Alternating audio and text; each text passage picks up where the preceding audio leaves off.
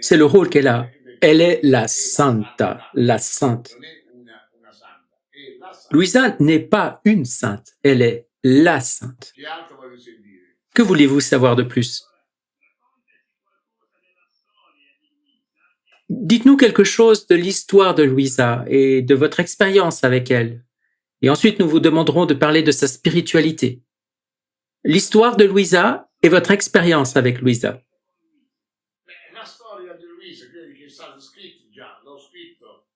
Oh, eh bien, l'histoire de Luisa, je l'ai déjà écrite. Vous la trouverez dans mes livres. Quant à mon expérience, c'est celle d'un gamin qui a été en contact avec Luisa Picaretta.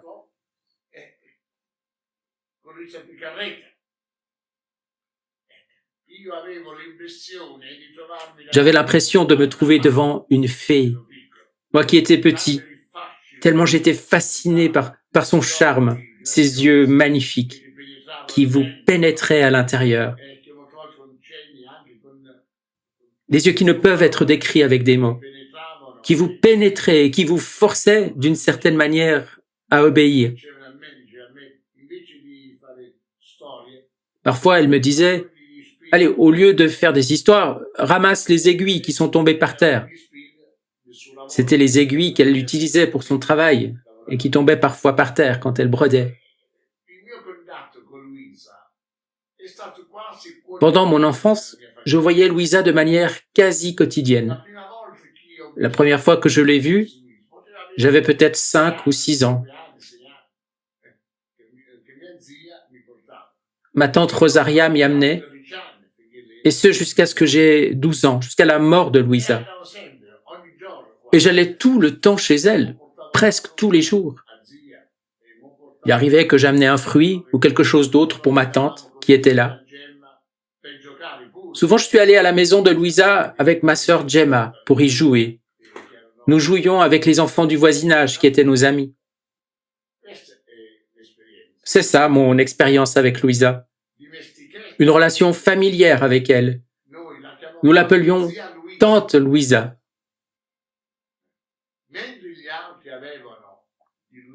Alors que d'autres personnes, en présence de Luisa, avaient l'impression de se trouver devant un être qui n'est pas de cette terre, mais du ciel. Nous n'éprouvions aucune gêne, aucune étrangeté, parce que c'était la famille. Nous avions un contact continuel avec elle et donc nous étions dans un rapport très familier. C'est-à-dire ma famille, mes sœurs et Luisa. Et bien sûr, tante Rosaria qui était avec elle jour et nuit. Et ainsi quelqu'un a dit une fois que nous étions comme des reliques vivantes. Comme ma sœur de Trieste qui a donné son témoignage. Ma sœur aînée, Luisa, qui vit à Trieste. Elle est née en 1926. Donc maintenant, en 2015, elle va sur ses 90 ans. Elle a habillé Luisa Picaretta après sa mort.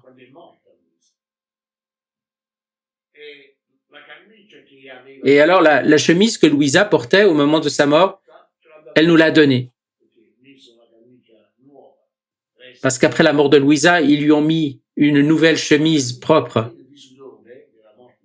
Mais la chemise mouillée de sa sueur que Luisa portait au moment de sa mort, nous l'avons, notre famille la possède. Ce sont donc des expériences de vie que nous avons, qui ont marqué notre vie, à nous tous, qui l'avons côtoyée. C'est inoubliable. Partout où j'ai été, depuis que je suis petit, j'ai toujours parlé de Luisa. Aux séminaristes, aux prêtres, aux religieux, partout. Partout, j'ai toujours parlé de Luisa. Et maintenant, j'arrive au terme de ma vie. J'ai 80 ans. Mais l'image de Luisa reste toujours présente dans mon esprit et dans ma vie. Quoi d'autre voulez-vous savoir?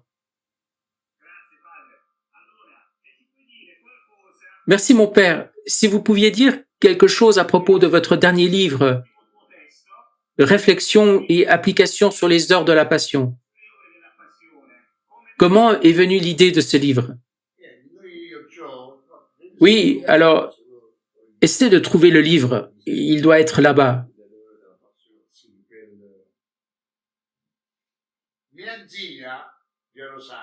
Ma tante Rosaria m'a recommandé un petit livre.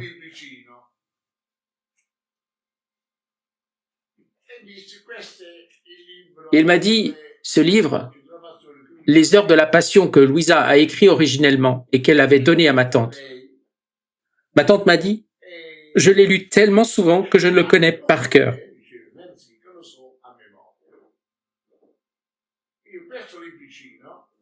J'ai pris ce petit livre et j'ai découvert qu'il s'agissait de la version originale des réflexions concernant les 24 heures de la Passion de notre Seigneur.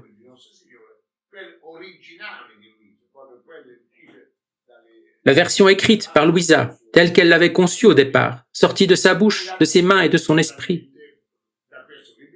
Parce qu'ensuite, Saint Hannibal, il a quelque peu revu et édité ses écrits pour la publication en 1915 de l'Horloge de la Passion.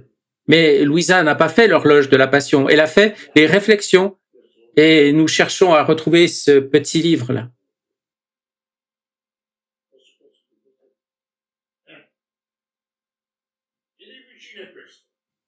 Ah, voici le livre.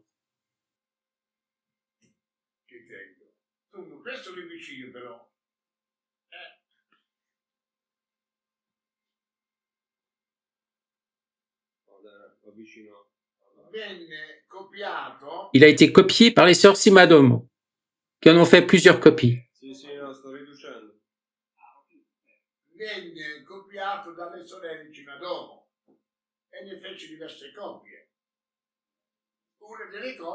Et tante Rosaria en avait une copie. C'est donc aussi une grande relique, ce livre, qui a été donné directement par Louisa à tante Rosaria. Peut-être comme un cadeau, je ne sais pas. Et cela date des années... Il y a aussi les titres ici. Oui, cela date du début du XXe siècle. Donc c'est une grande relique, et je ne sais pas à qui l'a donnée. J'ai déjà donné beaucoup de choses au diocèse, et peut-être que j'ai mal fait. Ça s'est disséminé. Mais je leur ai donné beaucoup de choses, comme la croix que Louisa portait au moment de sa mort, et d'autres choses. On me les avait demandées, alors je les ai données. Mais maintenant, mon souci, c'est que faire avec toutes ces archives? Je ne sais pas à qui remettre tous ces documents. J'ai récolté beaucoup de témoignages, tant de choses qui sont là. Et il faut que je trouve à qui les donner. Parce que mes frères capucins, les autorités de la province ici ne sont pas intéressés. Parce que Louisa n'est pas rattachée à la famille franciscaine. Elle était une tertiaire dominicaine. Bien qu'elle a eu des contacts constants avec les capucins. Il y avait tout le temps des frères capucins qui allaient chez elle la visiter et tous la connaissaient. Les frères de notre province monastique. J'ai fait la connaissance de nombreux religieux qui connaissaient Louisa, qui l'avaient rencontrée et parlé avec elle. Beaucoup qui traversaient une crise vocationnelle et qu'elle remettait sur le bon chemin. Elle donnait des explications théologiques sur des sujets que ces religieux n'arrivaient pas à comprendre et elle les éclairait. Il y a le témoignage du père Terenzio, qui a aussi été mon supérieur. Il m'a dit qu'il était dans une crise intérieure à cause de vérités théologiques qu'il peinait à... Alors il est allé voir Louisa et cela a tout changé. Parce qu'elle recevait toujours les prêtres, tous ceux qui venaient. Mais les gens du peuple, non.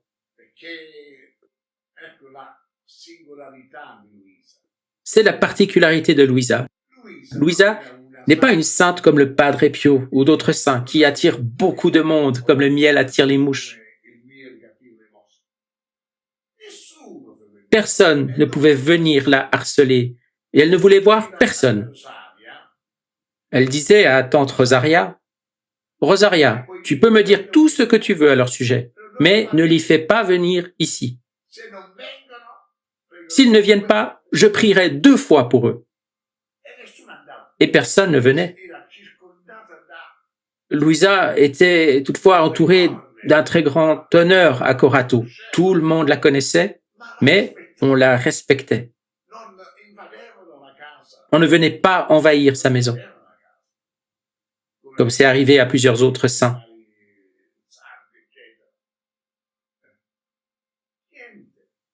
Rien, il n'y avait rien de visible. Une seule chose se voyait. Quand les hommes passaient dans la rue, devant chez elle, ils levaient leur chapeau. Et pendant que les femmes, elles, faisaient un signe de croix. C'était le seul signe visible. La population s'est déversée dans la maison de Louisa uniquement après sa mort, de sorte que son corps a dû rester là dans la maison pendant 4 jours entiers. Jour et nuit, ça défilait, au point que la foule a fini par abîmer la main courante des escaliers qui conduisaient chez elle. Il a même fallu faire appel à l'armée américaine, qui était alors en Italie. C'était peu après la guerre, pour maintenir l'ordre. Je me souviens qu'il y avait 2 files de gens, ceux qui arrivaient et ceux qui repartaient. Ils entraient dans la pièce, ils regardaient, beaucoup plaçaient des fleurs aux pieds de Louisa et ensuite ils les reprenaient et partaient avec. Mais seulement à sa mort. Et toute la ville est venue, et même au-delà, tous les environs. On peut dire que concrètement, Dieu l'a placée sur son piédestal seulement au moment de sa mort, comme une reine, seulement après sa mort.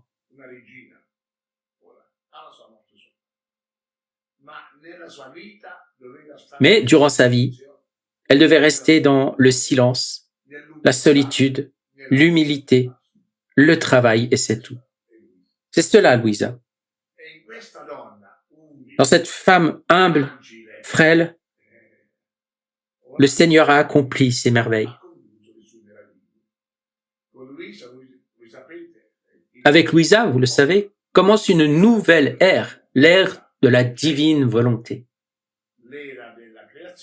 Il y a l'ère de la création, l'ère de la rédemption et l'ère du Saint-Esprit, de la sanctification. Et c'est Louisa. Une ère nouvelle pour l'Église, et c'est pourquoi l'Église reste un peu perplexe en lisant ses écrits. Et puis ces écrits ont une portée très large, touchent à quantité de sujets, depuis l'écologie jusqu'aux fins dernières. Les vérités théologiques, la mariologie. Elle ouvre des perspectives nouvelles sur la Sainte Vierge. Par exemple, une chose que je peux dire, elle ne commence pas comme tous les autres mariologistes le font, par assumer que Marie est presque à tout égard une femme comme toutes les autres. Louisa, elle affirme que dès l'instant de la conception, le Seigneur a donné à Marie l'usage de la raison. Et Dieu lui a dit, choisis entre le bien et le mal, entre ma volonté et la tienne.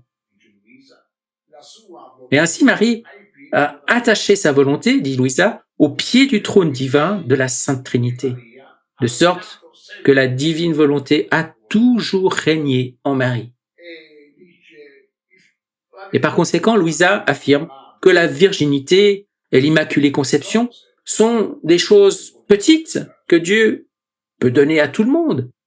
Il y a tout à découvrir en Marie.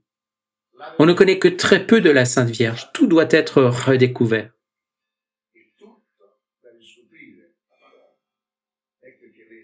C'est pourquoi Louisa était très dévote à la Sainte Vierge. Et aussi, le Seigneur dit à Louisa, après ma mère, c'est toi qui viens. Ce sont des passages très forts que je me disais, quand l'Église lira ce genre d'affirmation, elle va immédiatement condamner Louisa. Mais c'est le contraire qui s'est passé. L'Église étudie les écrits, elle les approfondit, Et je pense qu'un jour, ces écrits appartiendront au patrimoine de l'Église universelle. Quoi d'autre? Merci, Père Bernardino. On vous applaudit. Merci, merci. Pourriez-vous nous dire quelque chose pour ceux qui découvrent ces écrits et qui voudraient les lire? Par où commencer?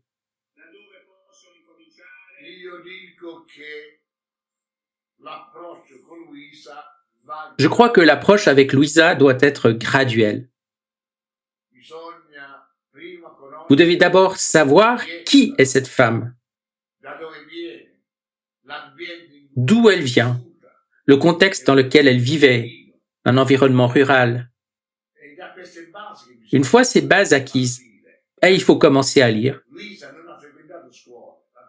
Luisa n'est pas allée à l'école, elle a juste suivi la classe élémentaire. Ces choses doivent être bien connues. Ensuite, les écrits, il faut les lire tranquillement, sans se presser. Parce que les écrits de Luisa doivent être lus, tout d'abord, sous l'autorité sacerdotale.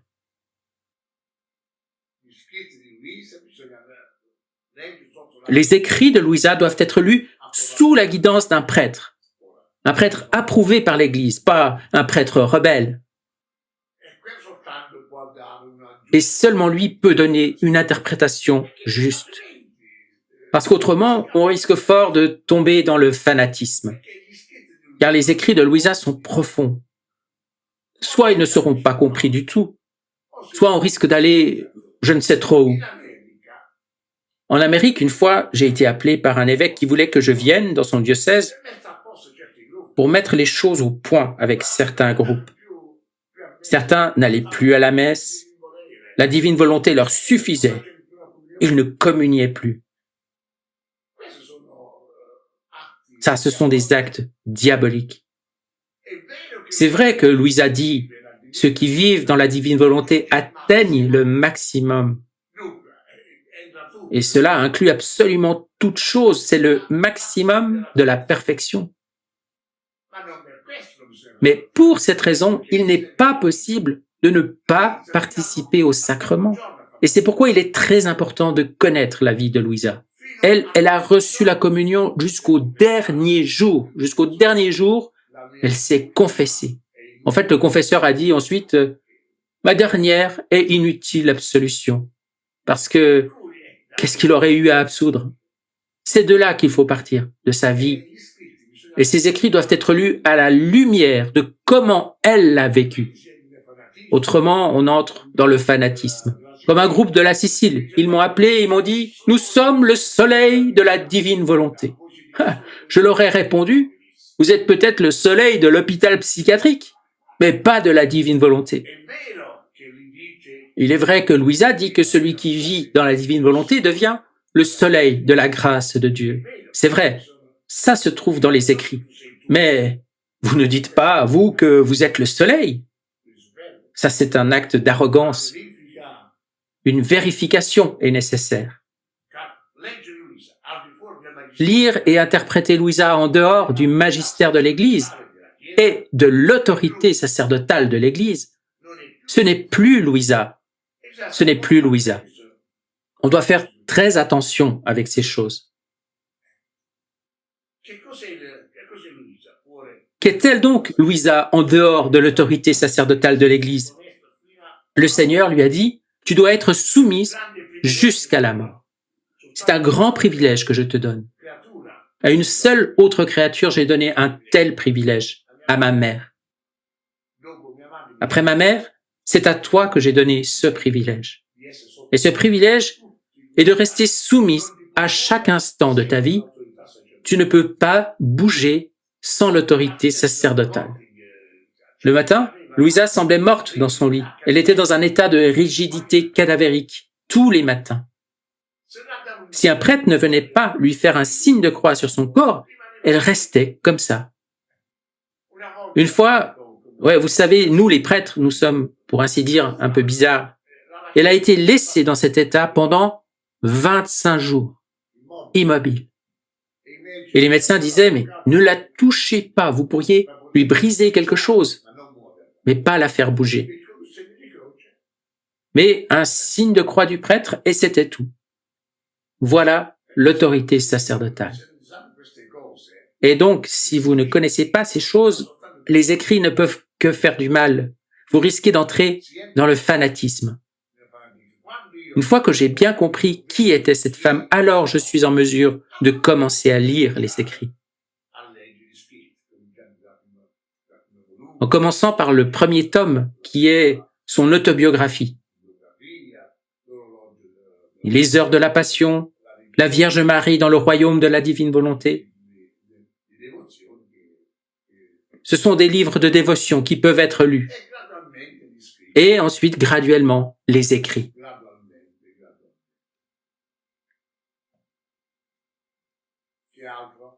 Quoi d'autre? Merci mon père. Si vous n'êtes pas fatigué, nous aimerions vous poser encore une question. Pour ceux qui sont déjà plus avancés. On m'a demandé de vous poser la question suivante. En quoi consistent les rondes dans la divine volonté? Tout le monde me pose cette question. C'est la chose la plus simple qui soit.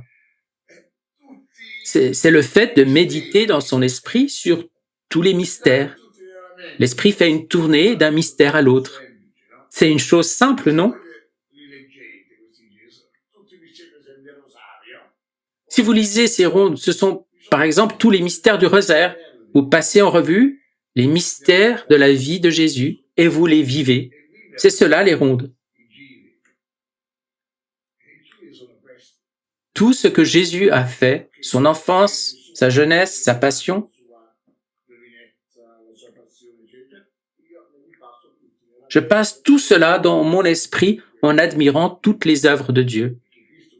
Parce que Jésus est une œuvre de Dieu qui a un début et qui a son accomplissement. Et je passe à travers tout cela dans mon esprit. Au moins, c'est comme ça que je le fais.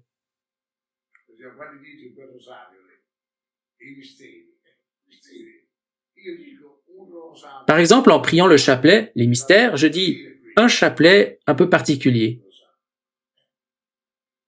Comme je viens de le dire, je ne dis pas, par exemple, mystère de l'Annonciation, l'ange vient auprès de Marie, et en embrayant ensuite avec tous les Ave. Non, pour moi, ça fait plus de sens de le faire ainsi. Les premiers mystères joyeux, de quoi s'agit-il? De toute l'enfance de Jésus. L'Annonciation, la visitation, la nativité, la présentation et le recouvrement, c'est la première ronde. Maintenant, j'ai devant les yeux de mon esprit toute l'enfance de Jésus. Puis les mystères lumineux, avec toute la jeunesse de Jésus, tous les mystères ensemble.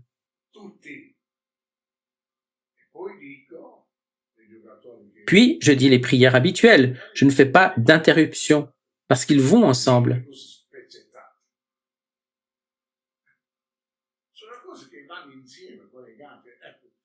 En effet, si nous ne méditons en Église que les éléments séparés les uns des autres,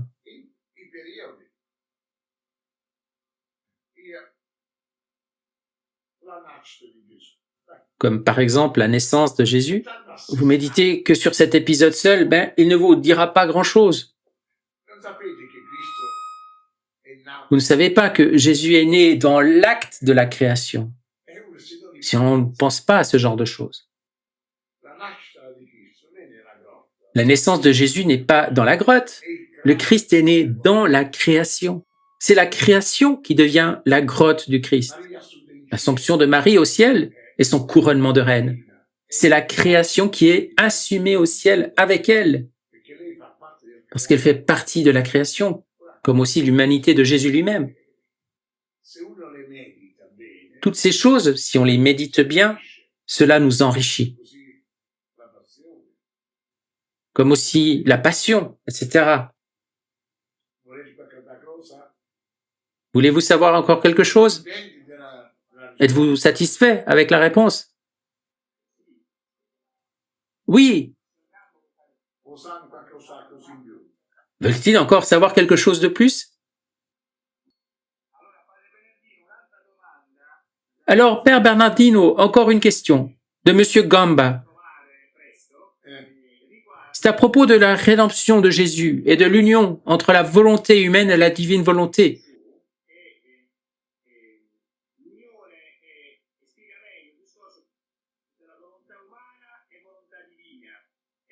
Et de l'importance du troisième fiat. Je n'ai pas bien compris la question. Qu'est-ce qui est demandé exactement?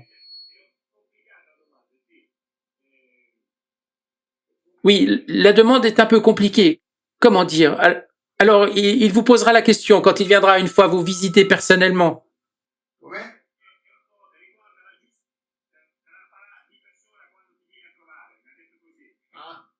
Ah, mais redites-la moi une fois que je puisse y penser. Seulement, c'est un peu difficile pour moi de comprendre la question. Nature assez théologique, ça touche au problème de la justification, du salut de Jésus.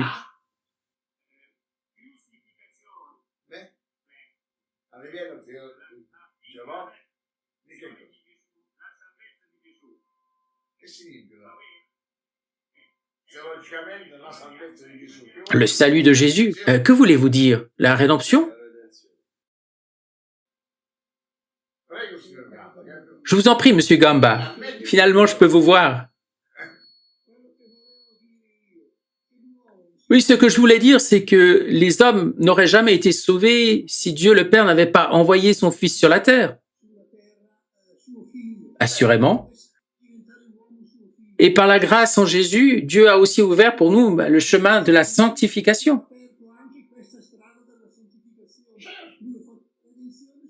Il est l'objet de la foi. Commençons par là. L'objet de notre foi, c'est le Christ. Il n'y a pas d'autre médiateur. Tout commence à partir de lui. Vous comprenez? Tout va à lui et tout part de lui.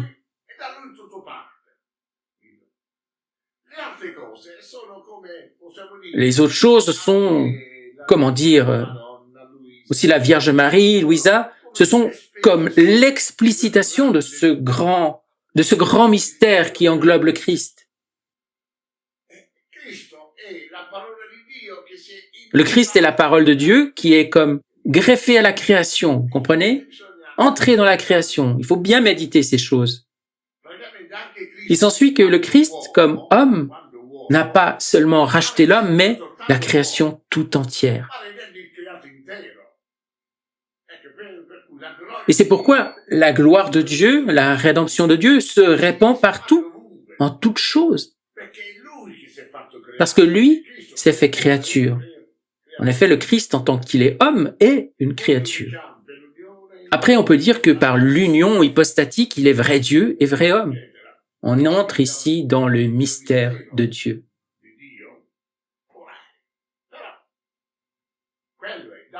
Mais c'est un fait. De lui partent toutes choses, aussi bien les choses créées que les choses incréées. Sans le Christ, rien ne peut être fait. Et Louisa est consciente de ces choses. Et elle est consciente d'une autre chose encore, que ces écrits ne sont pas des paroles définitives de l'Église. Ces écrits ne sont qu'une révélation privée. Parce que la révélation divine s'arrête avec l'Apocalypse. Elle est parfaitement consciente de cela. Elle connaît son rôle secondaire.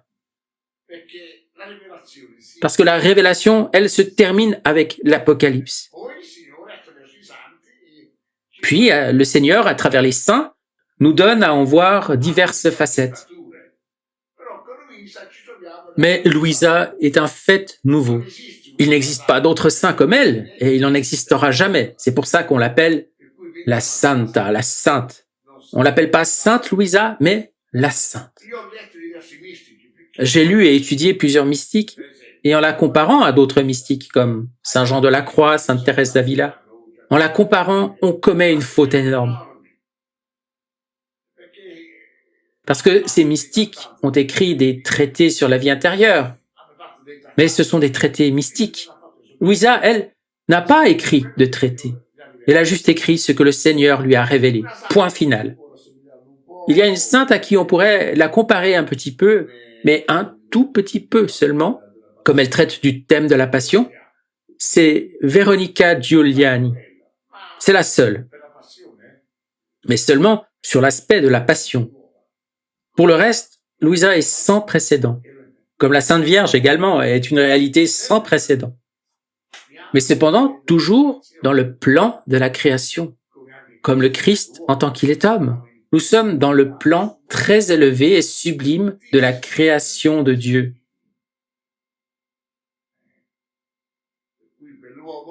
Par lequel l'homme de Nazareth, est adoré, car il est vrai Dieu et vrai homme.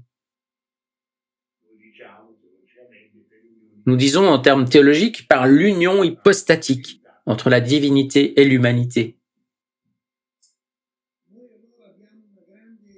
Alors nous avons une grande grâce, une grande chance de vivre à l'ère de la sanctification. Oui, exactement. C'est une nouvelle ère, une ère nouvelle. Nous disons l'ère de la rédemption, mais attendez, il y a autre chose. Alors que tous les prophètes anciens espéraient le Rédempteur, et ils attendaient donc qu'une femme, et c'est pourquoi d'ailleurs toutes les femmes juives voulaient donner naissance au Messie. Alors ils attendaient cette femme et ce Messie, et de même, tous les saints du Nouveau Testament étaient dans l'attente de la venue d'une autre créature, par laquelle viendrait dans le monde le règne de la divine volonté. Comme Marie a apporté le royaume de la rédemption, Luisa apporte le royaume de la divine volonté, officiellement. Mais Marie vivait déjà dans la divine volonté. C'était nécessaire pour elle. Merci, Père, c'est très clair.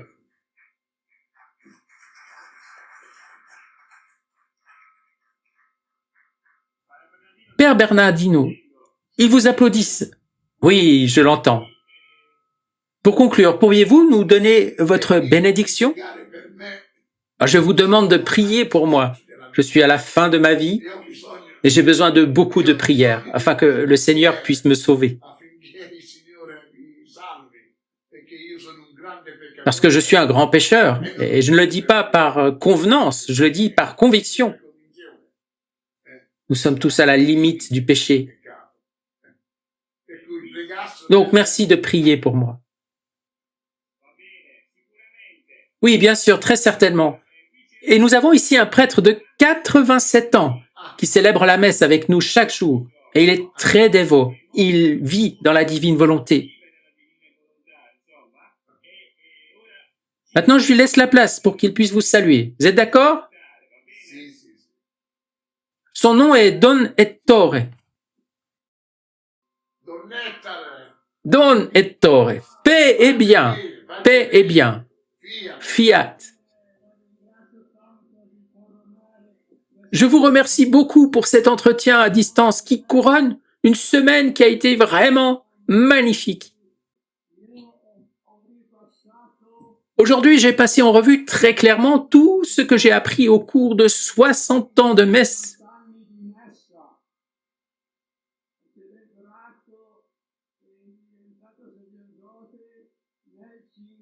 Je suis venu à Corato quand je suis devenu prêtre en 1952.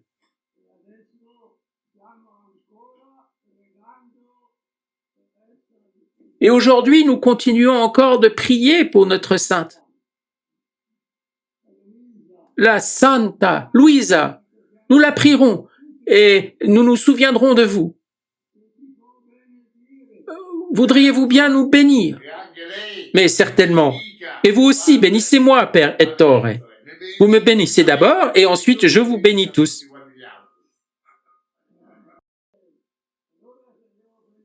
Je voudrais commencer alors par une petite prière que l'Église nous donne à dire après avoir fini la confession de quelqu'un.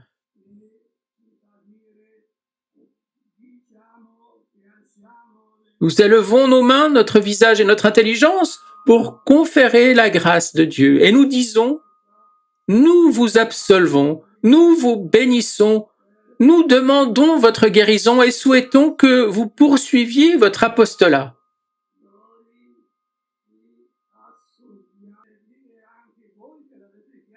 Et je veux vous bénir tous, vous qui avez demandé cela. Je bénis tout le monde à Bari, à Corato, tous les bienfaiteurs de cette association.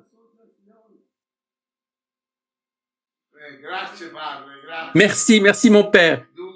Donc vous m'absolvez de tous mes péchés. J'en avais besoin de cette manière. Maintenant que le Seigneur vous bénisse tous, au nom du Père et du Fils et du Saint-Esprit. Amen. Fiat, paix et bien.